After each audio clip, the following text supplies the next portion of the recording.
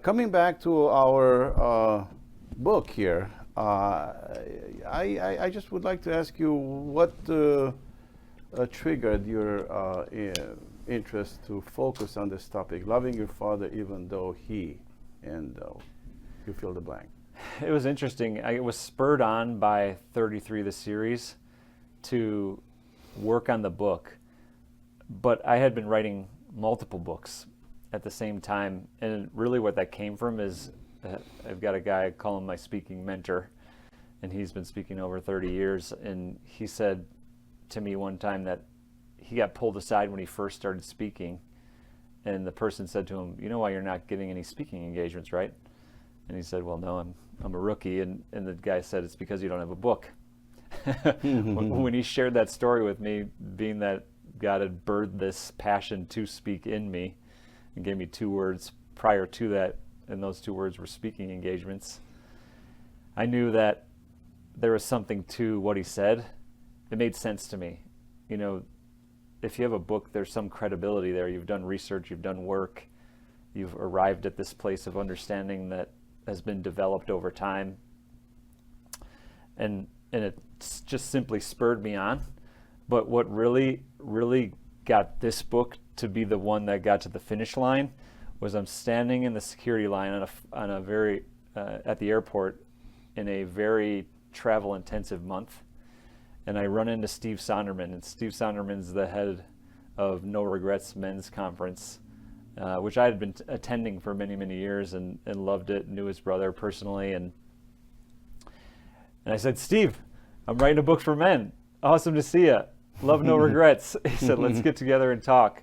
And I thought to myself, oh man, if I could speak at No Regrets, I would finish this book this year.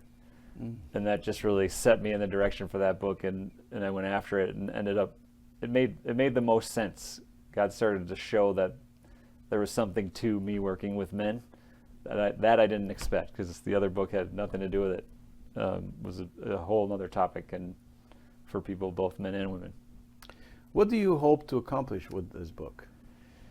Wow, the book itself would be a guide for men on how to work through this area of their lives. But what I really want to accomplish is to get the word out as much as I possibly can to make men awake. And what I mean by that is, because this is a buried topic, or one that men don't realize is lingering in their subconscious, when I speak, it might be the first time that they become awake to the issue that's in their life they know they need to deal with now for the first time. And that's important to me, because that healing, whether you have a successful conversation with your dad and you do get to reconcile and restore that relationship or not, you're still going to heal in the process. I want to get them processing. I want them starting to work it through, because it impacts every area of their life. It's not just a surface level issue of a wound with their dad.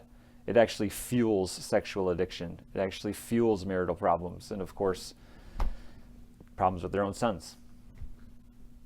I don't want that for them. If they can know that core issue, they can heal from in those other areas. But if it's so deeply entrenched in us, God must have had a plan in his design for fathers and sons. That relationship is incredibly important.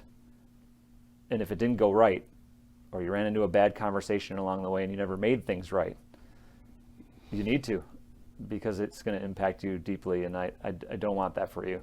I want you to be able to heal and have a better relationship with your dad.